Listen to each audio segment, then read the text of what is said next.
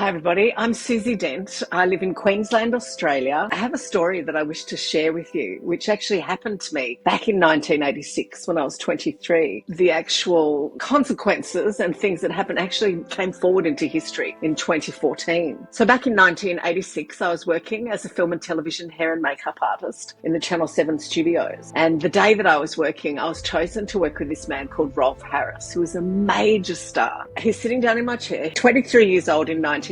Just a little reminder, we had no internet, we had no mobile phones. As soon as I started, I asked him if I could touch his face. I touched his face, and as soon as I did, he dropped his hand down the side of the chair and ran it up my leg. And I'm like, oh. Now, I was a tomboy back then. His brother was standing at the doorway. So I was really shocked. Now, this man, he worked with children, and I had watched him when I was a little girl in black and white television. So this is how long this bloke had been around. And I know that might not sound like a really big thing. He ran his hand up my leg and it really shocked me. And I turned round back to the mirror, and the first thing that went through my mind was, I can't believe he works with children. I was very disappointed. And when I turned back round to do his makeup, I was looking into his eyes, and it was like a dare. He was daring me to say anything. And I didn't say anything, because women back then, we were not encouraged to stand up for ourselves. We actually had no rights when men touched us. It wasn't a crime like it is today for men to invade your physical space, pat you on the bum, grab your boob, run their hands up your legs. When I went into the studio with him,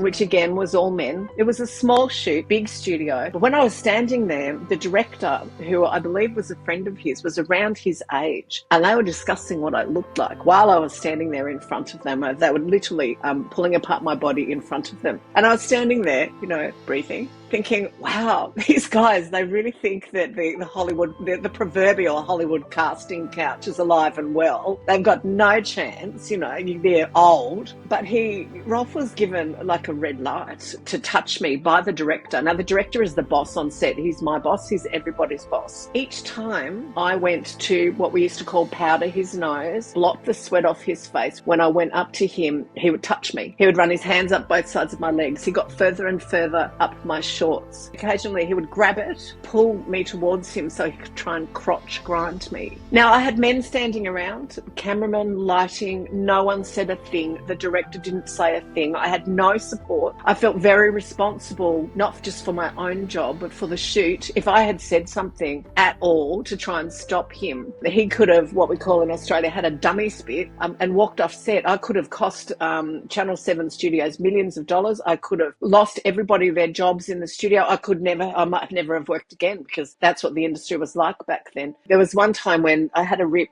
so the rip in my shorts was in the right-hand side of my shorts, and he was trying to shove his hand inside the rip. Back then, it was the beginning of, I'm going to talk about my underpants now, it was the beginning of the G-string, which hadn't kind of been invented yet. So the underpants were like a triangle at the front, a triangle at the back, and a string that would literally go around and sit quite high on your hips. He kept going further and further up my pants, up my shorts, I think to try and feel my underpants, which he couldn't, because there was literally a string that was quite high. I was getting really over it. During this day, which would have taken about 6 hours, this shoot, he touched me and groped me more than 24 times. There was 2 young guys that were around my age on set. One of them knew that I was really over it. I was really, I'm quite mouthy, and I was just so over him touching me. You get to the point where you really want to punch them, but you still have this persona of being nice and kind and doing your job, which is bringing them water, and that's my job. Opposite the studio door, there was a massive big cupboard. It was where all the brooms and stuff were kept. And I found this cupboard. When it was the end of the day, I hid in the cupboard.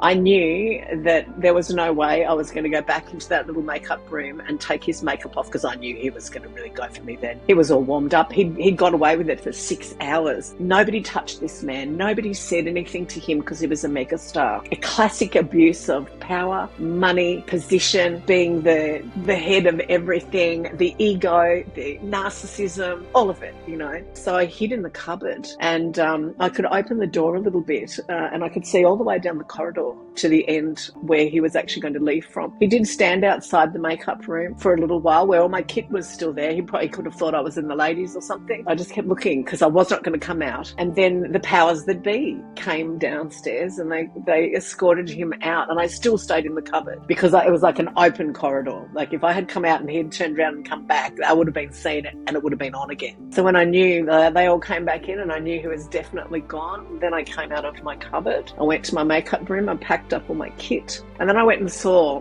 the woman who was the head makeup artist, who hadn't employed me, but I knew her because she was actually one of the teachers at my school where I learnt. And I said to her, I have just had the worst day with a dirty old man. And she said to me, oh, I thought you knew. And I said, knew what? She said, oh, his name's the Octopus. He likes to grope makeup artists. I felt quite betrayed by another woman who had not given me a heads up. It would have been nice to have known that, because then you can stand a bit further away, or you're just prepared to be touched, you know? And then she said to me, she said, oh, I have a message for you from the powers that be upstairs. She said, they wanted to tell you that we commend you. They wanted to commend you on how you had conducted yourself during the day. And I stood there and I thought, I've only just complained. And then I realised that all these men were upstairs in the edit suite and the control room watching it all day. So not only were there men on the ground in the studio with me, there were the head people, all men, because the studios were run by men, not women. And they were all watching as well. And I was disgusted. I just thought, wow, you know. And I know that, you know, in the grand scheme of things, having someone grope you for 6 hours is, you know, is not necessarily considered a big deal.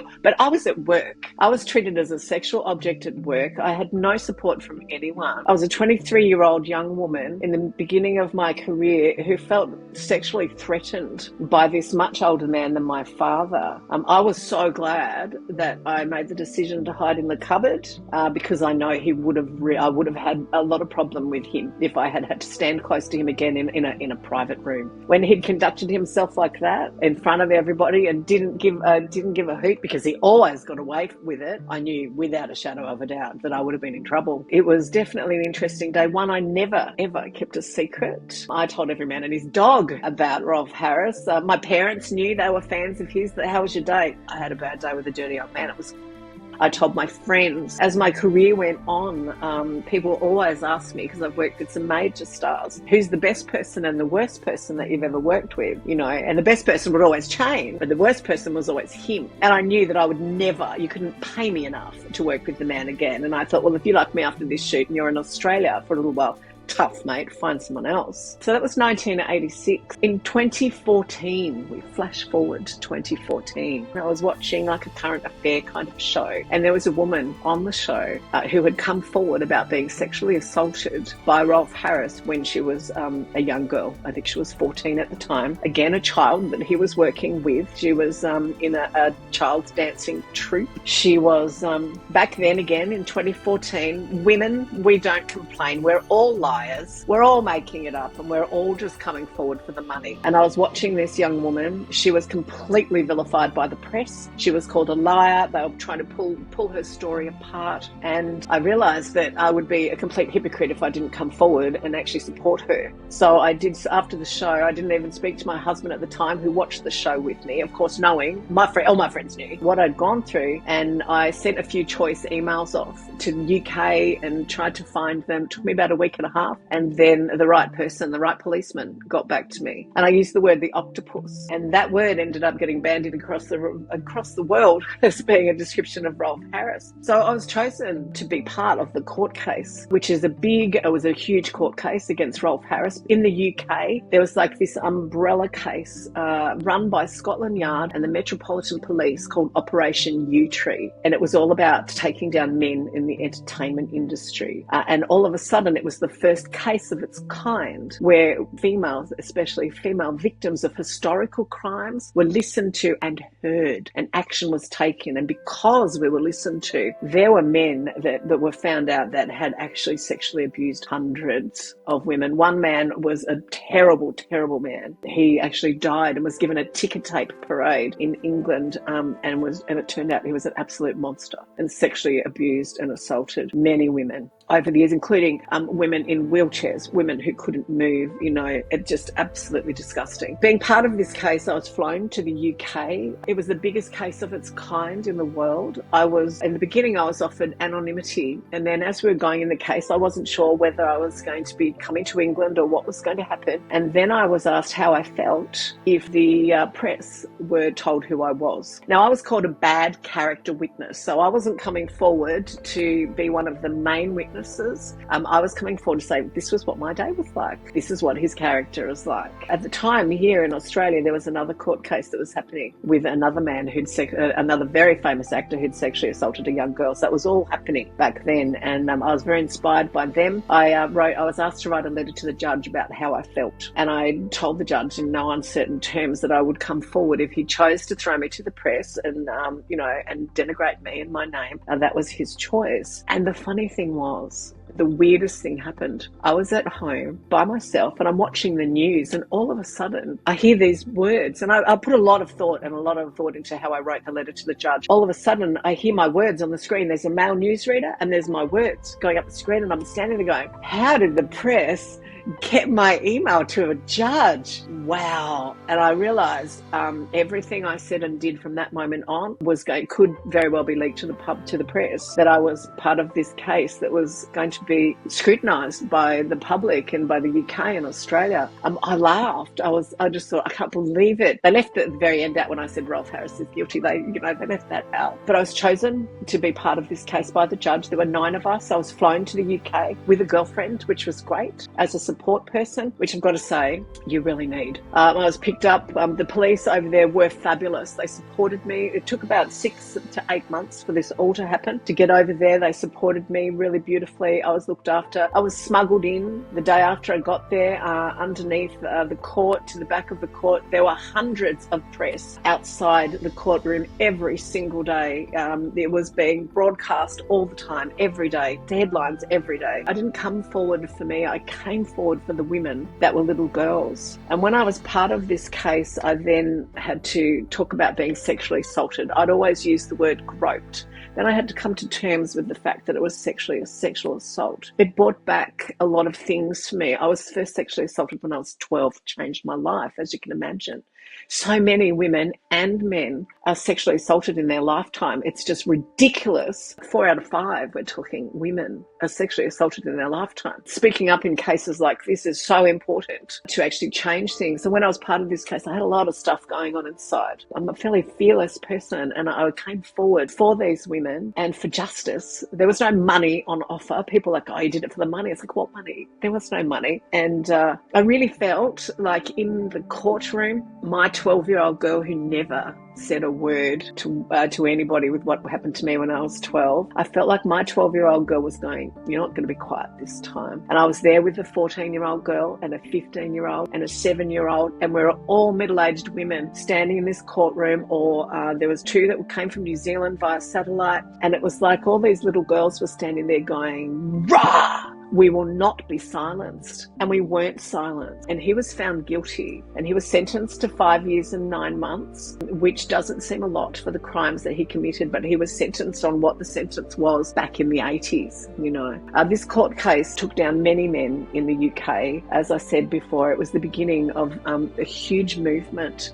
We were granted anonymity for our own safety. So I was granted anonymity by the British court, which I kept. And I kept it for a while because society wasn't ready to hear what I had to say. And I wasn't ready to be judged by millions of people around the world, because I saw the press. And there's something quite very surreal about reading stuff about yourself in the press. When I was actually in the courtroom, I was considered by the press as the strongest witness for the prosecution. Things that I said, like I was telling you about my underwear, I told them that in the jury. Things that were said were printed. They couldn't say what I looked like, and they couldn't put my name. Funnily enough, the nickname they gave me was SD, which stands for Suzi Dent. So obviously, the very next day, the BBC, which is a very big organisation, television in the UK, found me. A producer found me. It's not. I have a massive CV. He was on my CV, So she did it. She well done for her for finding me so fast. I was then hounded by her to come forward because they had nobody. Every day or every couple of days, she'd send me emails. And then once, this is how manipulative the press are, right? Having worked in the media, I understand, right? And I thought, I'm just interested to see where you're going to go with this, because I have no intention of coming forward, because the story's not about me. It's about the women who were little girls who were sexually assaulted with penetration. I mean, who completely had their lives changed. In that courtroom, there's a 49-year-old woman who could not look at him. They had a blanket put up so she couldn't see him. I was lucky to have gone through at lunchtime when the courtroom was empty and shown what it was like and where all the microphones were, and this is where you take the stand.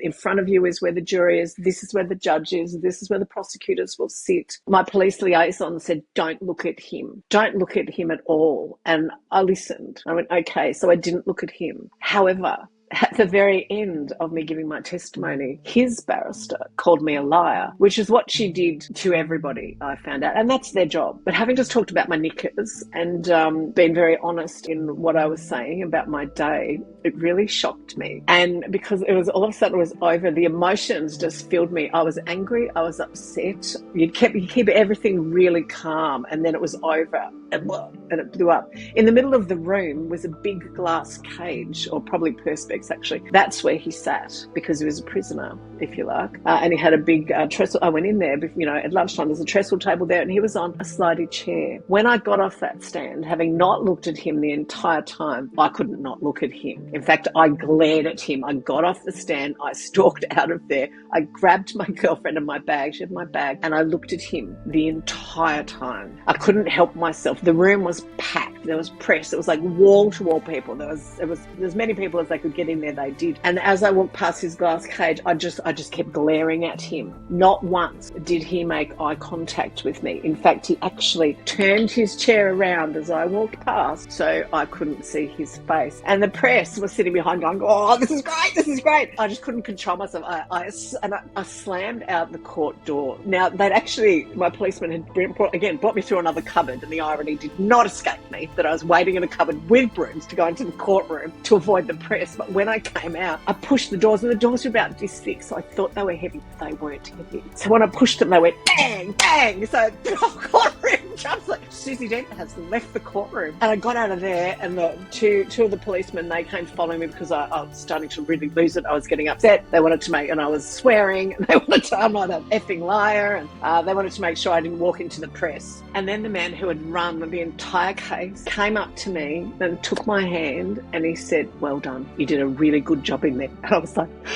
oh, thank goodness. I'd travelled a really long way. I was like menopausal. My body hurt. My dad had died 6 months previously. It was huge. It was knowing and being told by the person in charge that you did a good job was great. The stare down that was called with Rolf Harris made headlines all around the world. I had friends in Australia going, yes, that's our girl. But it was so weird to read about yourself in the paper. There was descriptions of that I was short and feisty. I thought, I'm not short. As it went on, and I was telling you about the producer from the BBC, after I'd had my day, it was about a week later, because I stayed in England for a month with my girlfriend, because it's a long way from Australia. It's a long flight. And I have relatives over there that I could catch up with. She actually called me and told me that my name had been released in court. Lie. Complete lie. I completely freaked out. My son was 12 at the time, and my husband, who was going through depression, were at home. I'd already organised before I left the country with the police here to have their numbers, so that we had their numbers just in case that happened. So I didn't want my little boy to wake up in the morning to have hundreds of press camped outside our house, or my husband, because that would have pushed him over the edge. So I spent the weekend really, really panicked. I was so glad I had my girlfriend with me. The policeman that was looking after me, this was actually his weekend off, so I couldn't actually contact him, but she completely lied. And this is what the press do, everybody. They lie. You have to be so careful. They do it for stories. I was offered a TV show with, the shadow on my face. And then she offered me, we'll get someone to voice your voice. And I said, babe, I think they know I'm an Australian television makeup artist, because that was all over the headlines, And so we got the guilty verdict. He was sentenced to the 5 years and 9 months in jail. He only served 3 years. And from that time, things started changing in the world. In 2017, we saw the hashtag #MeToo go viral around the world, and we all sat back and watched millions of women put Me Too on their social profile. And it shook the world up because I think people did not know how many of us have been sexually assaulted in our lifetime. I would not change anything that happened in my life because it's made me the woman I am today. And I really do believe that the universe, God, whatever you'd like to call it, chose me as a 23-year-old in 1986 to be the strong woman in 2014 to stand up to the world and become the voice of this case to inspire